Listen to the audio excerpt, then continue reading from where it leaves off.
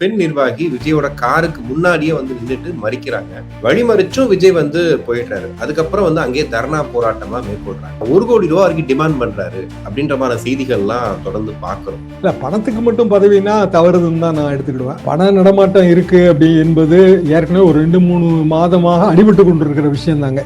Youngsters நீங்க பாலிடிக்ஸ்குள்ள கொண்டு வரும்போது இப்படியான வெளிப்படையான போராட்டங்கள், வெளிப்படையான தலைமைக்கு எதிர்ப்பெல்லாம் வரும். அந்த காரை வழிமறிச்சு கோஷம் போடுறது, தர்ணா பண்றது, இதுக்கெல்லாம் ஒரு அசாத்திய துணிச்சல் வேண்டும். அப்போ இதுல என்ன ஆகும்னா, அவங்களுக்கு உரிய போஸ்டிங் கிடைக்கல அப்படின்னா இந்த மாதிரியான அதிருப்தியாளர்கள் இருப்பாங்க, கட்சிக்குள்ள கண்டிப்பா இருப்பாங்க. விஜய் கட்சியில தெரியுதுங்க.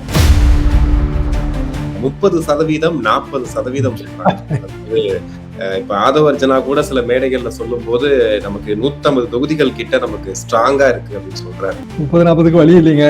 பெரிய கட்சிகள் கூட திமுகவே கூட்டணியோட சேர்ந்தா தான் அந்த 40க்கே அவங்க தொட முடியும். அப்ப எந்த அர்த்தத்துல சொல்றாங்க டிவிகே? இப்போ டிவிக்கு அவங்களோட ஆதரவு எத்தனை சதவீதம்? 30-35 அவங்க கிளைம் பண்றாங்க. அப்போ விஜய் கையில இன்றைக்கு நான் வந்து என்னோட எக்ஸ்பீரியன்ஸ் படி ஒரு 8% அவருக்கு இந்த செக்டார்ல ஓட்டு இருக்குங்க. இல்ல, அது கிறிஸ்துமஸ் விழாவா இல்ல தாவேக்காவும் காங்கிரஸுக்கான கூட்டணி விழாவா? அது எனது இனி நண்பர் திருச்சி வேலுசாமி போய் கலந்துக்கிறாரு. அவர் காங்கிரஸ் கட்சியோட சீனியர் லீடர். அவர் கலந்து கொள்வது மட்டும் இல்ல, அந்த கலந்து கொள்கிற கூட்டத்தில் அவர் பேசின பேச்சும் ரொம்ப வைரலா இருந்துச்சு. கண்டிப்பா உறுதியாவே சொல்றாரு. காங்கிரஸ் கட்சிக்குள்ள ஒரு டபுள் மைண்ட் இருக்கு என்பதை தான் நம்ம யூகிக்க முடியும். இந்த கிறிஸ்தவ ஓட்டு அதுல விஜய்க்கான ஆதரவு கூடுது. ஏன்னா இளைஞர்கள் மத்தியில் ஆதரவு இருக்குன்னு தான் நான் நினைக்கிறேன். அது இல்லைன்னா வந்து சென்ட் சேவியர்ஸ் காலேஜ் பிரின்சிபல் அப்படி பேச மாட்டாங்களா? 41 உயிர்களை கொன்று குவித்தார்கள், அவர்கள் பின்னால் நமது கிறிஸ்தவ இளைஞர்கள் செல்வது என்பது ஆரோக்கியமானது அல்லன்னு அவர் சொல்றாரு. சோ அவங்களுக்குள்ள அவ்வளவு பெரிய பிரச்சனைகள் இருக்கு.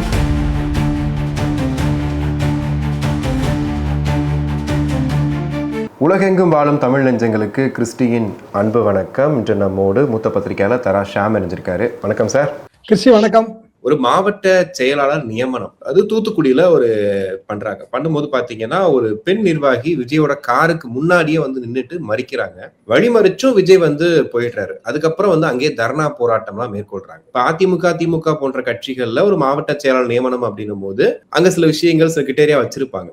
அப்ப இவங்க என்ன கிரிட்டேரியா வச்சிருக்காங்க அப்படின்னு சொல்லி பேசும்போது பாத்தீங்கன்னா 1 கோடி ரூபாய் வரைக்கும் டிமாண்ட் பண்றாரு புசி ஆனந்த் அவர்கள், விஜய்க்கே தெரியாது அப்படின்ற மாதிரி செய்திகள்லாம் தொடர்ந்து பாக்குறோம். நீங்க எப்படி பாக்குறீங்க இந்த செய்தியை? பண நடமாட்டம் இருக்கு அப்படி என்பது ஏற்கனவே ஒரு 2-3 மாதமாக அடிபட்டு கொண்டிருக்கிற விஷயம் தாங்க. இப்ப இது வந்து புதிதான குற்றச்சாட்டுன்னு நான் சொல்ல மாட்டேன். அது எவ்வளவு என்பது நமக்கு தெரியாது. ஆனா யங்ஸ்டர்ஸ் நீங்க பாலிடிக்ஸ்குள்ள கொண்டு வரும்போது இப்படியான வெளிப்படையான போராட்டங்கள், வெளிப்படையான தலைமைக்கு எதிர்ப்பெல்லாம் வரும். ஏன்னா இளைஞர்கள் பயமறியாது இல்ல. இதுவே வந்து ஒரு சீனியர் ஒரு 35 இயர்ஸ் 40 இயர்ஸ் பாலிடிக்ஸ்ல என்னெல்லாமோ பார்த்திருப்பாங்க. அவங்க எல்லாருக்கும் வந்து சீட் ஒன்றும் கிடைச்சிட போறது இல்லை. எம்எல்ஏ சீட்னா வந்து 20 பேர் ட்ரை பண்ணுவாங்க. அந்த 20 பேர்ல ஒரு 15 பேர் நல்லா செலவு பண்ணிட்டே இருப்பாங்க கட்சிக்கு. கடைசியில யாரோ ஒருத்தர் கிடைக்கும். அவர் லோக்கலால இல்லாம கூட இருப்பாரு. காங்கிரஸ் கட்சி வேட்பாளர் நிறுத்துங்க திருநெல்வேலியில. அவர் என்ன திருநெல்வேலிக்காரரா?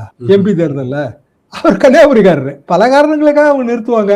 ஆனா மெச்சூர்டு பொலிட்டீஷியன்ஸ் வந்து வேலை பார்த்துருவாங்க சுத்தி. என்ன காரணம்னா பாலிடிக்ஸ் வேற ஒண்ணுமே கிடையாது அவங்களுக்கு. நாளைக்கு இதே கட்சியில தான் அடுத்தடுத்த பதவிகளை வாங்கணும். இந்த தேர்தலில் வாய்ப்பு இல்லைன்னா அடுத்த தேர்தலில் கிடைக்கும். இப்படியான கால்குலேஷன் ஓடும். ஆனா புதிதாக இளைஞர்களாக இருந்து அரசியலுக்கு வந்து விஜய் கட்சியில நமக்கு போஸ்டிங் இல்லை அப்படின்னா நம்மளோட அரசியல் எதிர்காலமே போய் இல்ல அப்படின்னு உணர்வு வந்துருச்சுன்னா போராட்டங்கள் வரும். அதைத்தான் நேற்று நான் பார்த்தேன்.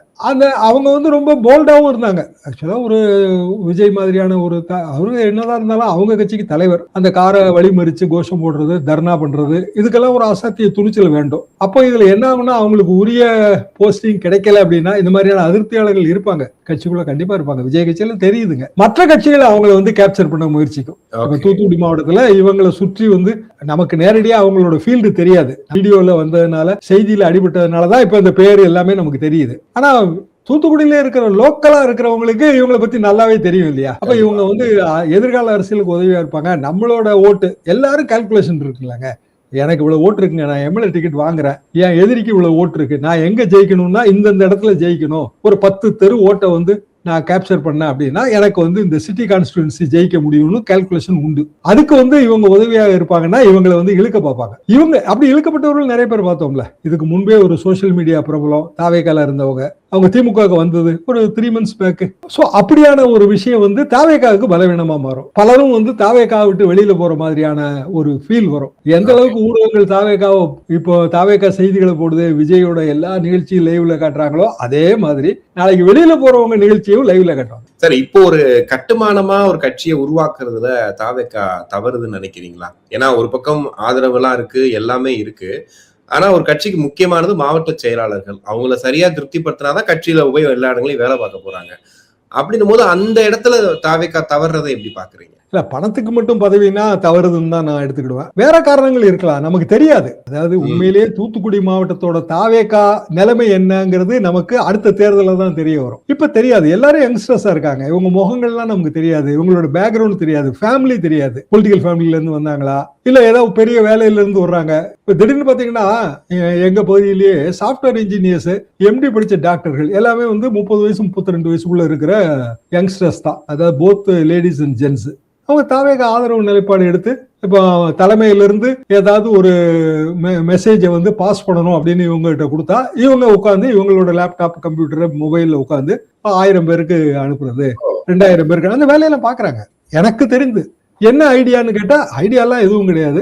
நாங்க வந்து விஜய் ரசிகர்கள், அப்படி விஜயோட பாலிடிக்ஸை ஃபாலோ பண்றோம். என்ன நம்மளோட வேலை என்ன, ஒரு 1000 பேருக்கு ஃபார்வர்ட் பண்றது தானே. இன்னைக்கு வாட்ஸ்அப் ஃபார்வர்ட்னா 5 பேர் ரெஸ்ட்ரிக்டடுங்க. 1000 பேருக்கு ஃபார்வர்ட் பண்ணணும்னா அது ஒரு வேலை. வாட்ஸ்அப்ல நீங்க 5 பேரா 1000 பேருக்கு ஃபார்வர்ட் பண்ணணும். யோசிச்சு பாருங்க. அப்போ 200 டைம்ஸ் நீங்க அதுல வந்து வேலை பார்க்கணும். அப்ப அதுக்கு வந்து நம்ம கட்சிக்காரன் இருக்கணுங்கிற அவசியமே இல்லை. யார் வேணாலும் ஃபார்வர்ட் பண்ணலாம். ஒரு சிம்பிள் தானே, ஃபார்வர்ட் பண்ணுங்க, அவ்வளவுதான். உட்காந்து ஃபார்வர்ட் பண்றாங்க. இவங்களை பொறுத்த வரைக்கும் இவங்க என்ன நினைக்கிறாங்க, நம்மளால ஆன பணி, அரசியல் பணி, நம்ம பங்களிப்பை விஜய்க்கு செலுத்தியாச்சு. நம்மளோட ஐகானுக்கு வந்து மாட்னி ஐகான் திரை நட்சத்திரத்துக்கு நம்மளோட பங்களிப்பு ஒரு அரை மணி நேரம் 1 மணி நேரம் வேலை பார்த்து 1000 பேருக்கு ஃபார்வர்ட் பண்ணோம், நம்ம வேலை முடிஞ்சது. இது வந்து இந்த வாலண்டியரிங் வேற கட்சியில இல்ல. கிரௌடு சேர்றது, நான் போறேங்க விஜய் கொடுத்துக்கு, நான் போறது மட்டும் இல்லைங்க, ஒரு 5 பேரை கூட்டிட்டு போறேன். 5 பேருக்கு யாரு செலவு பண்றா அப்படின்னா அவங்க செலவு பண்றாங்க. இப்படியே 5 பேரா சேரும்போது வந்து 5000 10,000 பெருகிறது. நல்லா தெரியுதுங்க. அது இவங்க எல்லாம் யாரு அப்படின்னு பார்த்தா அது நமக்கு தெரியாது, யாருன்னே தெரியாது. பார்த்தா வந்து எங்கேயோ பெருந்துறையில இருந்து, ஈரோட்டு பக்கம் ஒரு சின்ன ஊர்ல இருந்து வராங்க. முகங்களை பார்க்கும்போதே தெரியுது அவங்க எல்லாமே பாலிடிக்ஸுக்கு எல்லாமே புதுசு. இன்னும் சொல்ல போனா பலருக்கும் 234 சீட்னு சொல்ல தெரியல. 270 சீட் 269 சீட்லாம் ஆளுக்கு ஒரு கணக்கு வச்சிருக்காங்க. அதை தாண்டி ஒரு பெரிய கணக்கு ஒண்ணு சொல்றாங்க சார். 30% 40% சொல்றாங்க. அதாவது இப்ப ஆதவர்ஜனா கூட சில மேடைகள்ல சொல்லும் போது நமக்கு 150 தொகுதிகள் கிட்ட நமக்கு ஸ்ட்ராங்கா இருக்கு அப்படின்னு சொல்றாரு. இது எந்த கணக்குல சொல்றாங்க? நீங்க இத்தனை வருஷமா அரசியலை பார்த்துட்டு இருக்கீங்க. 23 26% ஒரு பெரிய விஷயமா பார்க்கும்போது 30 40 எப்படி பாக்குறீங்க? 30 40க்கு வழி இல்லைங்க. பெரிய கட்சிகள் கூட இப்போ திமுகவே கூட்டணியோட சேர்ந்தா தான் அந்த 40க்கே அவங்க தொட முடியும். ஆவரேஜா வந்து திமுக அண்ணா திமுக 25ல இருந்து 30% இருக்குங்க. அதை தாண்டி கிடையாது. அண்ணா காலத்துல திராவிட ஓட்டு வங்கியை கன்சால்டேட் பண்ணி நாங்க வச்சிருந்தப்ப, அதாவது என்னோட காலேஜ் டேஸ் 1966 67 காலகட்டத்துல காங்கிரஸை எதிர்த்து அப்பவுமே அது 60ல இருந்து 70% தாங்க இருந்தது. காங்கிரஸ் கட்சி இப்ப ரொம்ப பலவீனம்னு சொல்ல முடியாது. கிட்டத்தட்ட 50 சீட்டை பிடிச்சிட்டாங்க அவங்க. 67, அதாவது எத்தனை ஆன்டி இன்குமென்சி பாருங்க. 52ல காங்கிரஸ் ஆட்சி, 57 காங்கிரஸ் ஆட்சி, 62 காங்கிரஸ் ஆட்சி. காமராஜர் இல்ல, பக்தவச்சலம் முதலமைச்சர். பக்தவச்சலம் வந்து பெரிய பாப்புலர் லீடர்னு சொல்ல முடியாது. இவ்வளத்தையும் தாண்டி காமராஜர் அவர்களே வந்து விருதுநகர்ல வெற்றி வாய்ப்பு இழந்தார். இவ்வளத்தையும் தாண்டி 50 எம்எல்ஏ சீட்டுங்கிறது மோசமான விக்டரியா? அது நல்ல விக்டரி ஆச்சுங்களா? அண்ணா 7 கட்சி கூட்டணி, ராஜாஜில இருந்து எல்லா தலைவர்களும் இருக்காங்க, திரை நட்சத்திரங்கள் எம்ஜிஆர் SSR படையெடுத்து வராங்க. எல்லாம் தாண்டி காங்கிரஸ் கட்சி 50 இடம் ஜெயிச்சது 67ல. அப்போ கட்சி சார்பான ஓட்டு இதை நம்ம கால்குலேட் பண்றோம். அதுதான் நம்மளோட பேசிக் அரித்மெட்டிக்ஸ். திமுக அப்போ ஒரு 60ல இருந்து 65%, அதாவது திராவிட ஓட்டு வங்கி. திராவிட ஓட்டு வங்கியை நீங்க எப்படி நேஷனலைஸ் பண்ணலாம், எப்படி நீங்க டிஸ்கிரைப் பண்ணலாம்னா மாநிலம் சார்ந்த, மொழி சார்ந்த ஓட்டு வங்கி. இது வந்து நம்மளோட ஓட்டு வங்கியின் ஒரு பகுதி. அதாவது இந்தி எதிர்ப்பு, தாய்மொழி ஆதரவு, இது வந்து வடக்கையும் சேர்த்து நம்ம எதிர்க்கிறோம். இது எங்க காலத்தோட அரசியல். இதுதான். இந்தியும் படிக்க மாட்டாங்கன்னு நான் சொல்லவே இல்லை. தட்சின் பாரத் இந்தி பிரச்சாரத்தை பார்த்தா அது மகாத்மா காந்தி துவங்கி வச்சு இருக்க ஆதிக்கத்தை தான் நம்ம எதிர்க்கிறோம். இந்தி திணிப்பை எதிர்க்கிறோம். எங்க குழுவுக்கு பேரே இந்தி வல்லாண்மை எதிர்ப்பு குழு தான். இந்தி எதிர்ப்பு குழுவே கிடையாது. நிறைய தவறா சொல்றாங்க. இந்திய ஆதிக்கத்தை எதிர்க்கிறோம். ஆதிக்கங்கிற வார்த்தையை வல்லாண்மைன்னு தமிழ் படுத்தியிருந்தோம். எவ்வளவு பேருங்க. அப்ப எந்த அர்த்தத்துல சொல்றாங்க டிவிகே வந்துங்க அந்த இடம், அந்த நுணுக்கமான இடத்தை தவற விடுறாங்கன்னு நான் நினைக்கிறேன். இது வந்து ஒரு குறிப்பிடத்தகுந்த ஓட்டு வங்கி. நீங்க எப்படி கிறிஸ்டின் ஓட்டு வங்கின்னு சொல்றீங்களோ அப்படி இதுவும் ஒரு ஓட்டு வங்கி. இந்த ஓட்டு வங்கியை திமுக தான் மெயின்டைன் பண்ணுது. அதிமுக கோட்டை விட்டுருச்சு. எம்ஜிஆர் காலத்துல இருந்ததுங்க, இப்ப கோட்டை விட்டுருச்சு. அப்ப எதுக்காக நான் இந்த சின்ன உதாரணம் சொல்றேன்னா, ஒரு நூல் தானே, நூலை வாங்கி பிடிக்கிறதுக்கு எத்தனை பேர் ட்ரை பண்ணிட போறாங்க. ஆனாலும் அது நூல் நமக்கு வந்து சேருது. அப்போ மிக இயல்பாக இதை இப்படி எடுத்து பாருங்க. டிவிக்கு அவங்களோட ஆதரவு எத்தனை சதவீதம்? 30-35 அவங்க கிளைம் பண்றாங்க. நம்ம அதை வந்து ப்ரொஃபைலிங் பண்ணி பார்த்தோம் அப்படின்னா 30 வயசு அந்த ரேஞ்சில் இருக்கிறவங்கள பெரும்பாலும் விஜய் ஆதரவு மனப்பான்மை தெரியுது. அப்ப அவங்க எத்தனை சதவீதம்? தமிழ்நாடு எலக்ட்ரேட்ல 35 வயசு வரைக்குமே 16% கூட வரல. குத்து மதிப்பா எடுத்தோம்னா 15% இந்த, அதாவது 18 வயசுல முதல் தடவை ஓட்டு போடுகிறவர்கள் அது கொஞ்சம் ஃபியூ லாக்ஸ் தான். அப்புறம் வந்து 20 வயசு, 25 வயசு, 30, 35 வயசு வரைக்கும் அவ்வளவுதான் வருது. இந்த 15% கண்டிப்பாக வந்து திமுகவுக்கும் ஓட்டு இருக்கும், அதிமுகவுக்கும் ஓட்டு இருக்கும், பிஜேபிக்கும் இருக்கும். திடீர்னு ஒரு வலதுசாரி சித்தாந்தம் இங்க டெவலப் ஆகி வருதுங்க. அப்போ கொஞ்சம் இளைஞர்கள் அதுல அட்ராக்ட் ஆயிருப்பாங்கல்ல, அது நீங்க மறுக்க முடியாதுங்க. அதையும் சேர்த்து தான் கால்குலேட் பண்ணணும். அப்போ பிஜேபிக்கும் அதுல வந்து ஒரு 2%, 3% ஓட்டு இருக்கு இந்த 15%. திமுகவுக்கு ஏற்கனவே ஒரு ஓட்டு வங்கி இருக்கு. அவங்க வந்து எல்லாமே ஒரு திருவண்ணாமலையில கூட வந்து மண்டல மாநாடு நடத்துறாங்க இளைஞரணிக்கு. இளைஞரணி முதல்ல 1980 காலகட்டத்திலே கொண்டு வந்தாச்சுங்க. அப்போ எல்லாரும் இளைஞர்களா தான் இருந்தோம். இளைஞர்கள் கட்சிக்கு எதுக்கு இளைஞரணி தான் நான் நினைச்சேன். ஆனா அப்புறம் பின்னாடி ஒரு இன்றைய முதலமைச்சர் வந்து அப்ப பேசும்போது சரி என்னதான் பேசுறாருன்னு கேட்போம்னு சொல்லி நாங்க திண்டுக்கல் பக்கம் அய்யலூருக்கு அங்க போறோம் கேட்கறதுக்கு.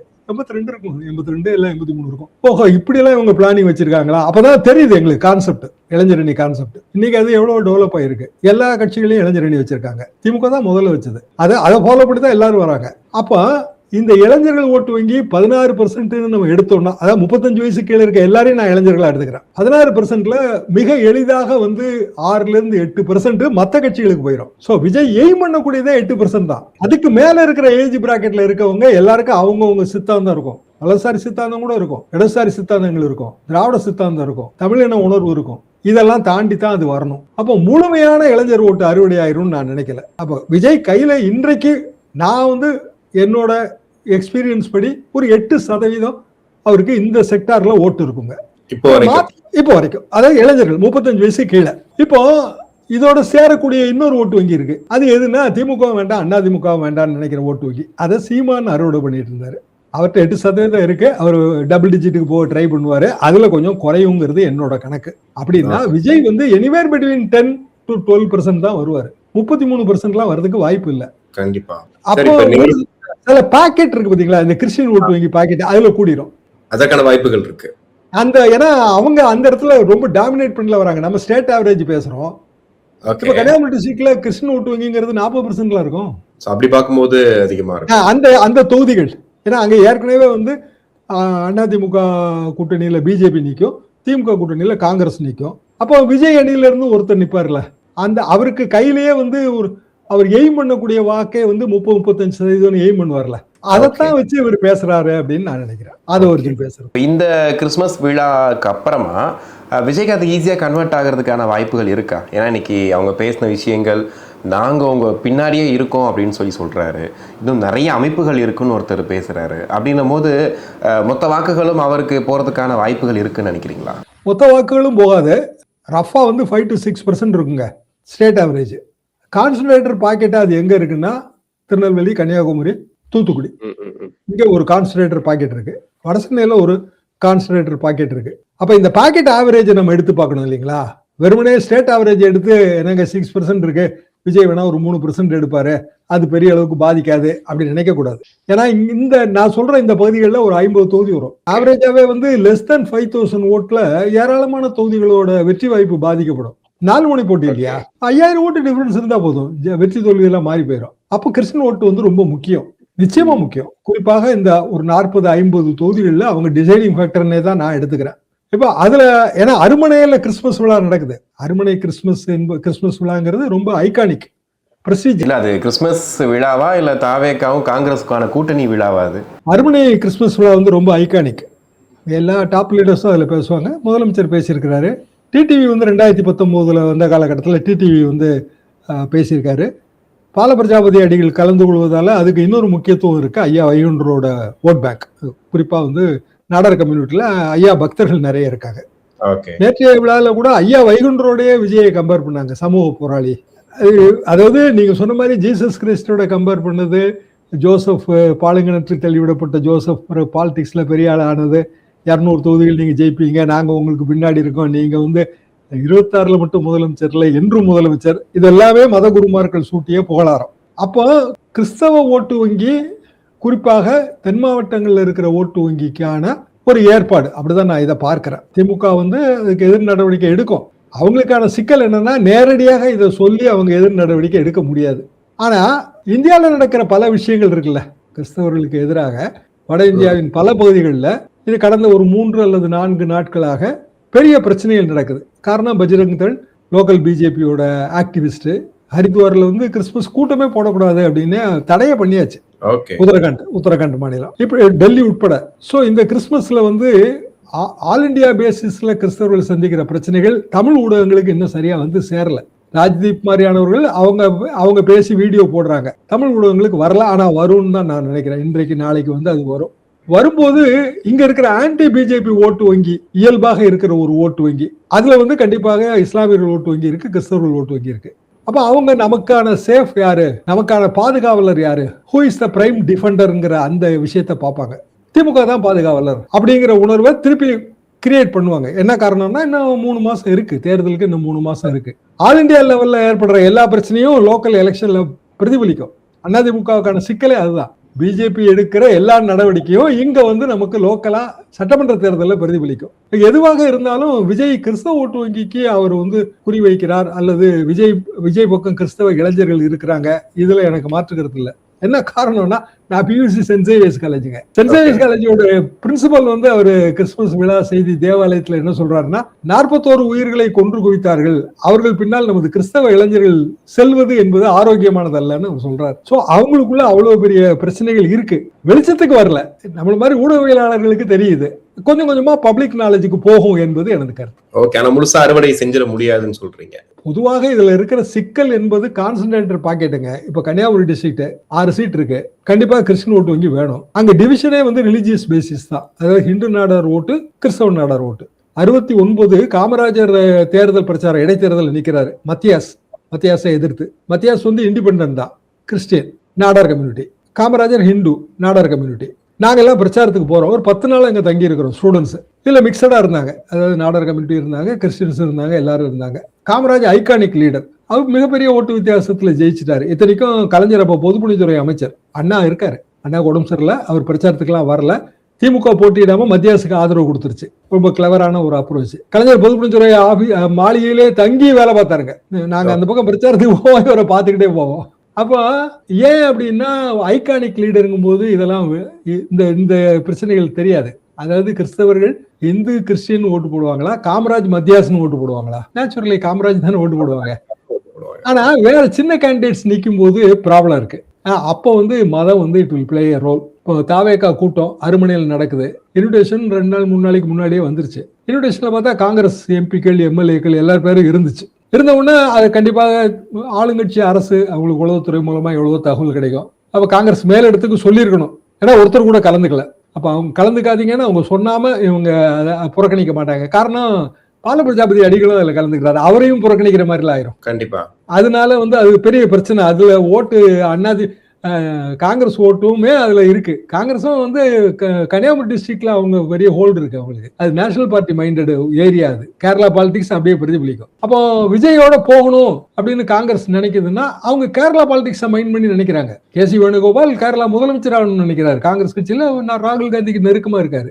அவரோட பாலிடிக்ஸ் கன்னியாகுமரி டிஸ்ட்ரிக்ட்ல பிரதிபலிக்குது. அப்ப விஜய் கட்சியோட காங்கிரஸ் கூட்டணி வச்சா நமக்கு கேரளால லாபம் இருக்கு, பாண்டிச்சேரியில லாபம் இருக்குன்னு ஒரு கால்குலேஷன் ஓடுதாங்க. இப்ப திமுக ஏதோ ஒரு வகையில சொல்லித்தான் இதை ஆஃப் பண்ணிருக்காங்க. ஷூரா யாருமே கலந்து கொள்ளவில்லை. ஆனால் எனது இனிய நண்பர் திருச்சி வேலுசாமி போய் கலந்துக்கிறாரு. அவர் காங்கிரஸ் கட்சியோட சீனியர் லீடர். இன்னும் சொல்ல போனா நாங்க எல்லாமே ஒன்றாக பல்வேறு அரசியல் நிகழ்வுகள்ல பங்கெடுத்தவங்க தான். அவர் கலந்து கொள்வது மட்டும் இல்ல, அந்த கலந்து கொள்கிற கூட்டத்தில் அவர் பேசின பேச்சும் ரொம்ப வைரலா இருந்துச்சு. கண்டிப்பா உறுதியாவே சொல்றாரு, உறுதியாவே சொல்றாரு, பேசுறாரு, கூட்டணி வந்துரும் அப்படின்னு உறுதியாவே பேசுறாரு. அவரு கேசி வேணுகோபால்லாம் அவங்க க்ளோஸா தான் இருப்பாங்க. எல்லாருமே சீனியர்ஸ். இப்போ காங்கிரஸ் கட்சிக்குள்ள ஒரு டபுள் மைண்ட் இருக்கு என்பதை தான் நம்ம யூகிக்க முடியும். அப்போ இந்த கிறிஸ்தவ ஓட்டு அதுல விஜய்க்கான ஆதரவு கூடுது. ஏன்னா இளைஞர்கள் மத்தியில் ஆதரவு இருக்குதுன்னு தான் நான் நினைக்கிறேன். அது இல்லைன்னா வந்து சென்ட் சேவியர்ஸ் காலேஜ் பிரின்சிபல் அப்படி பேச மாட்டார்ல. அப்போ ஏதோ ஒரு ஆதரவு இருக்கு, இளைஞர்கள் மற்றும் யுவதிகள் மத்தியில ஒரு ஆதரவு இருக்கு. இப்போ திமுக இந்த இடத்த கேர்ஃபுல்லா தான் ஹேண்டில் பண்ணணும். ஏன்னா அவங்க வெளிப்படையாகவும் ஹேண்டில் பண்ண முடியாது. அதே நேரத்தில் ஹேண்டில் பண்ணாம விட்டா அவங்க பாலிடிக்ஸ்க்கு ஆபத்து.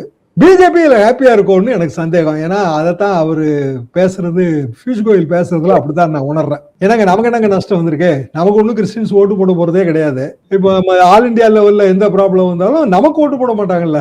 ஆனா திமுகவுக்கு ஓட்டு போடுவாங்க. அந்த ஓட்டை விஜய் எடுத்தாருன்னா அது மறைமுகமா நமக்கு லாபம் தானே. இப்படிதான் அவரு நினைக்கிறார். கண்டிப்பா சார், நிறைய விஷயங்கள் பேசணும். உங்க நேரத்துக்கு நன்றி.